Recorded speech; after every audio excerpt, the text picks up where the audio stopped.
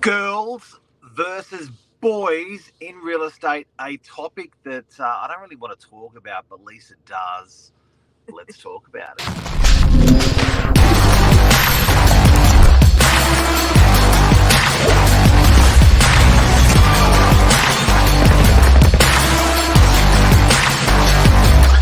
I'm the ringleader, so listen up. Friday. Friday frenzy. It is. It's the Friday frenzy. Yeah. I actually. How's your Friday going? Good so far, yeah. Thank you, Mark. Yours? How's your Friday going in that out there in the big world? Looking into your telephone. We had a couple of days off, which was good. Up at the ARRAWEENA conference, many of you guys will note that because it was all over our social media, the largest real estate conference in the Southern Hemisphere. So we're right back into it now. We've come like with all of our little golden nuggets, haven't we? Yep. It's like a dog with a bone. You sort of run back and you're like all excited and got some new little strategies that we're going to implement, which is always fun. It's always fun. But guys, this morning we're going to talk about girl agents versus boy agents. Interesting because I'm a girl agent and Mark's a boy agent. So more or less, we're not going to cut each other down, but certainly more or less what we see, what we feel, what we know from what our clients tell us. So what do you reckon, Mark? Real estate predominantly was a male-dominated industry, wasn't it? I think even bringing up the topic makes you sexist. Why? Because it's separating us. Oh, God. We're not going to go down this, are we? This happens every Friday. We have listen, guys, let me tell you something. This is how it starts. We have a really nice walk on a Friday morning. We have a little bit of what are we going to talk about today? We sit down, we have a coffee every morning together. Fridays, it's always, what are we going to talk? Should we talk about this? Should we talk about that? And then this morning we were going to talk about something else. And I said to Mark, you know what?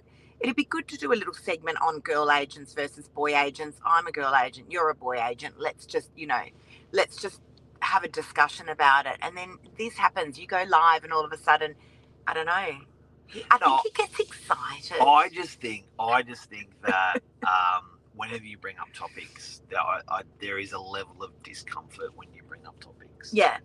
Look, these days and I think that's pretty cool. Okay, so that was a compliment. Let's just state some facts. Yeah. Real estate was a very male-dominated industry. True or false? False. What's that say? Nicole says that would be a lay down. Mazza. For the girls, wouldn't it? Mark, answer the question. Yep. Real estate sales used to be a male-dominated industry. True or false? You think there were more girls than boys? Is that what you're saying? This is true. Okay. Can I just say, looking around ARRAWEENA, Australia, the largest real estate conference in the Southern Hemisphere, 4,100 agents. I reckon it's fair to say that there were about half-half. I reckon there were 50% girls and 50% boys in there. Yeah. Don't you? Yeah, it's changed a lot. When I look at it year on year, I actually think that it's swung quite a bit. Used to be lots more guys there. Now I think it's a good even balance of girls and boys. Yeah. Do you reckon, and there's some girl agents on here, so I'm keen to hear this.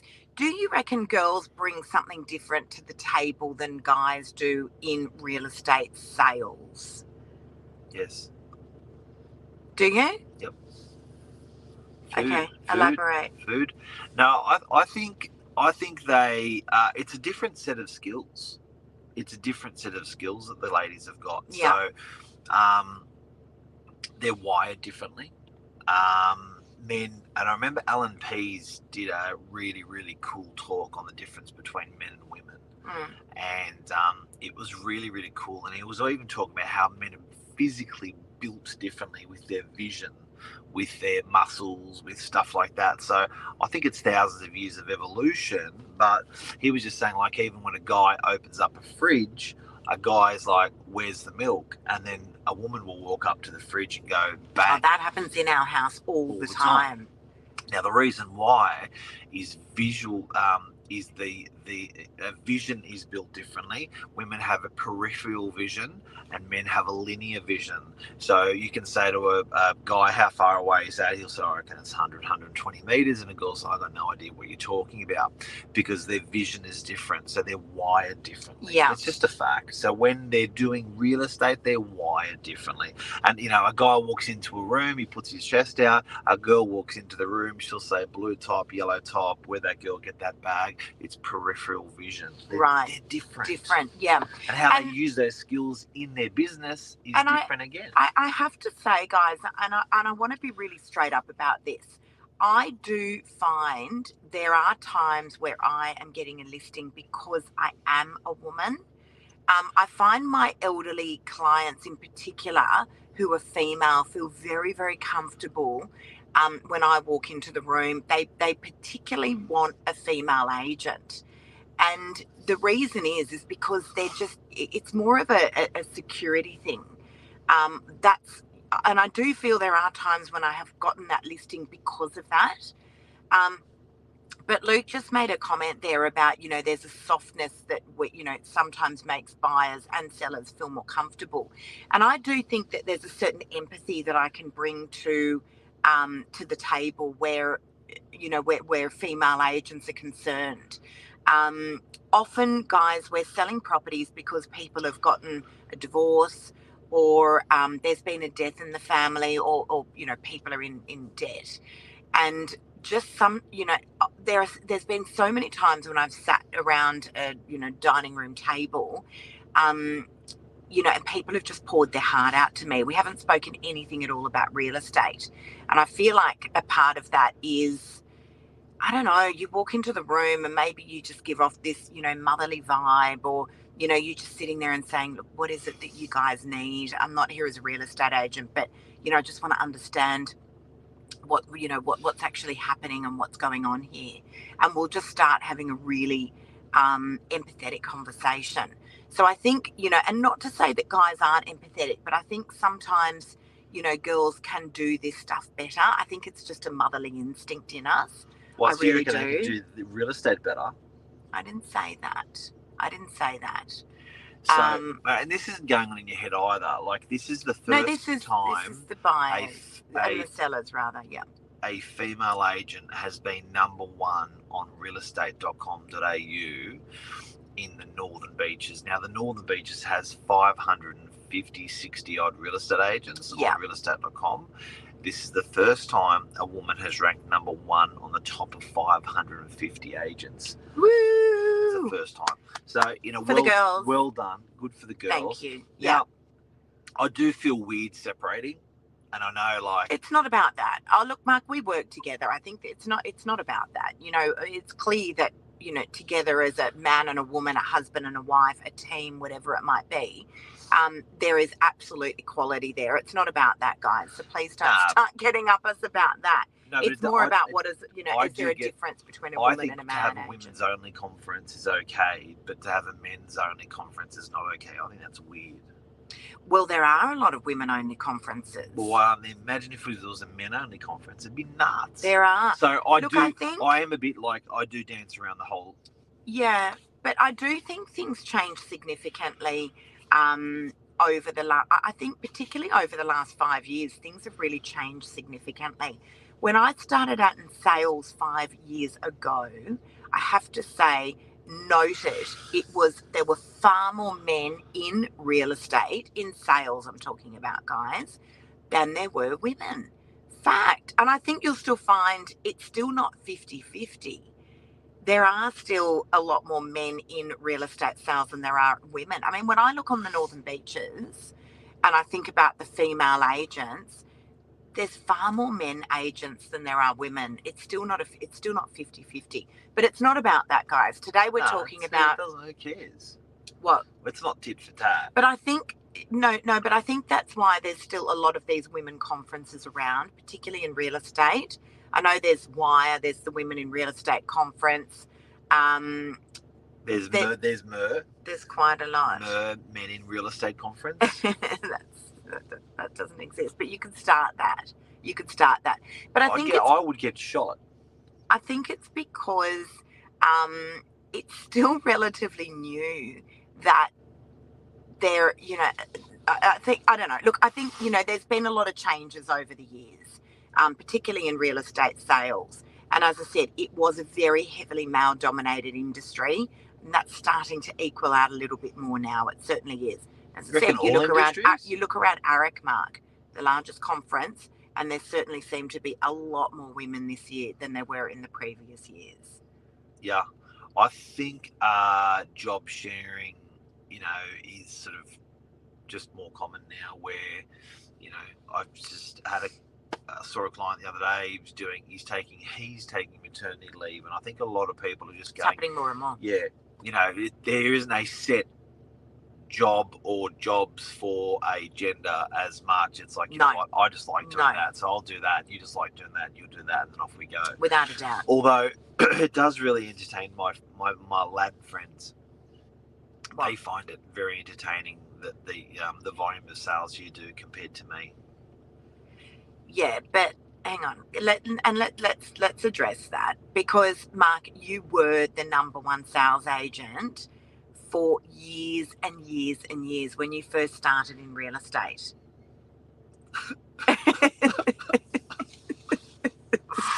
Oh my goodness. And then so let's just address how this all happened. So 5 years ago, guys, I had decided, I was always working in the background of our business, but 5 years ago, I decided that I wanted to jump into real estate sales. You did. Something I wanted to do my entire life. And I was 46, and I thought, I'm getting old. I need the energy. Young. I need to jump into this now, and just give it a good hard crack. I never thought it would be all this. I'll be honest. I didn't. But I did say to myself as a personal challenge, if you are going to sacrifice so much, you're going to give it every single thing that you've got. And so I did. And then, the tables turned. Having said that, I've got, and people wouldn't know this, but I think to be like, if you're number one out of 500 agents on the Northern Beaches, you're not only the top 1%, you're the top almost, I think, 0.1%, 0.2. So high-level operator. In any industry, to be such a high-level operator, and it's not just high-level emotional, it's high-level activity, it's high-level hours, it's high-level, everything. And I think that making excuses for myself to not be selling as much as you, I think that it's a bit like a footballer, that you've probably got 15 really, really good high-level years, 20 to sort of 35 as a footballer, for example. Yeah. And I think as an estate agent, observing our industry, those years of high performance are not 30 or 40. Making excuses for myself, but hang on, they're more like a good 10 or 15. But I also want to state why I came into real estate at 46, into real estate sales. I would have loved to have started earlier, but I was at home raising kids. Now, guys, please don't get up us about equality and things like that. This is not what this is about. This is our life. A sensitive topic. No, I know, but you chose this topic. This is our life. And I was at home raising kids. The kids were little and they needed me at home. This is our life and our choice. And so it was only at that opportunity when I was 46, when the kids were older, that I felt that I could just let go a little bit and start to do what I'd always really wanted to do, and that was come into real estate sales. Now, it's a live show, guys, so if you've got any questions for us, throw them at us. Yeah. And we are talking about girls versus boys in real estate. Yeah. What's your opinion on it? Yeah, what is your opinion? And also, I want to get back to addressing what else female agents can bring to the table. So we've discussed the empathy side of things, not to say that guys don't, but I know in terms of our dynamic, I certainly feel like that is a feather in my cap. So empathy, without a doubt. The other thing is just a creativeness. I know I can walk into a room. I mean, I love designing homes anyway. So, and I think, you know, most girls are good at this kind of stuff as well, and there's guys as well. But in terms of, you know, if it was Mark versus me, and say, for instance, we were going to a listing presentation together, I would definitely one-up you on that, Mark, in terms of designing a property and getting a property all ready and prepped for market. If a vendor said, guys, what needs to be done to the home to prepare it for market, I could certainly run around that home and have it all designed beautifully.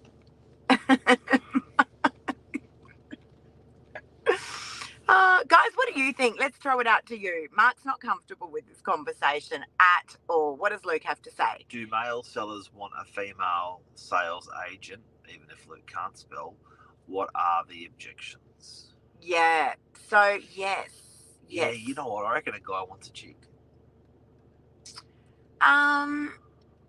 Well, it's funny, Mark. You think about, would the vast majority of your vendors have been female or male, or a good combination of both? Male. And I reckon when I look over 5 years, I reckon the vast majority of my sellers actually have been more female than male. True. It's true. I swear. And it's what I come back to. Like, when I think about my does anyone care? Particularly the older female sellers. Honestly, I can tell you now, see, just by separating it out like that, we're being sexist. Okay, hang on. I want to let me give you guys an example.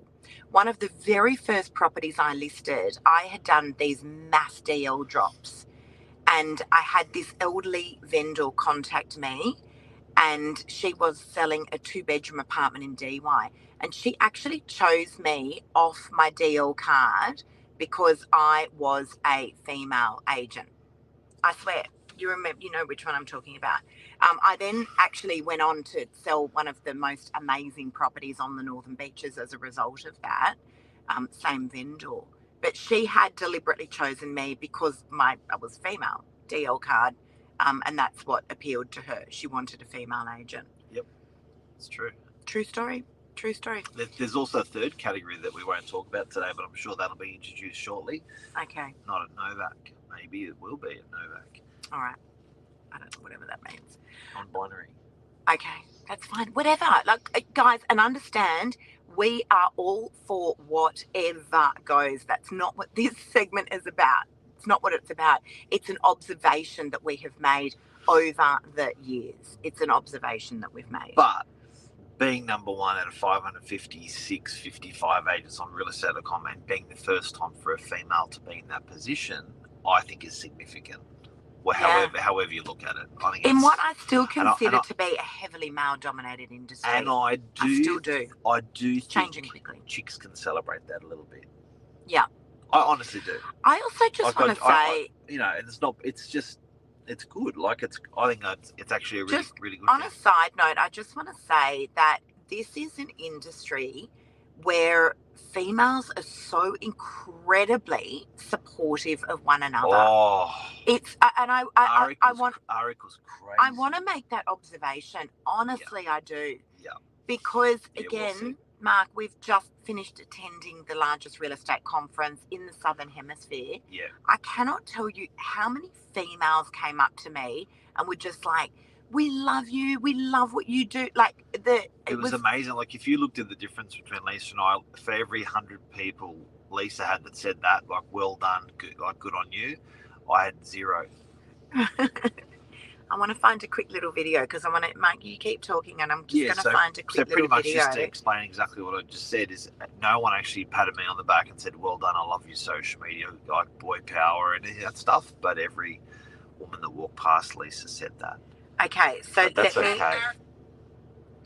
Here we go. This is an example. Lisa has influenced me and being able to be more out there and outspoken, the most authentic to myself and my social media. And just from that, I've been able to document my journey into real estate. So I am a cadet at and guys, this just went on and on and on. Like, I just love your inspiration, how you're authentic too, and you don't use general real estate honestly, like the amount of girls that came up. What that have to do with girls versus boys? No, but I'm just saying on a side note, Mark, that's so rare for that to happen. Like, so many women just coming up and saying, we love you, it's great what you do. I mean, it was just incredible. It really was. Back to girls versus boys. Yes, I was just trying to find another video that was really funny. Boys won't go up and go, mate, no. where'd you get that jacket from? Love that jacket, mate. They'll go, ooh.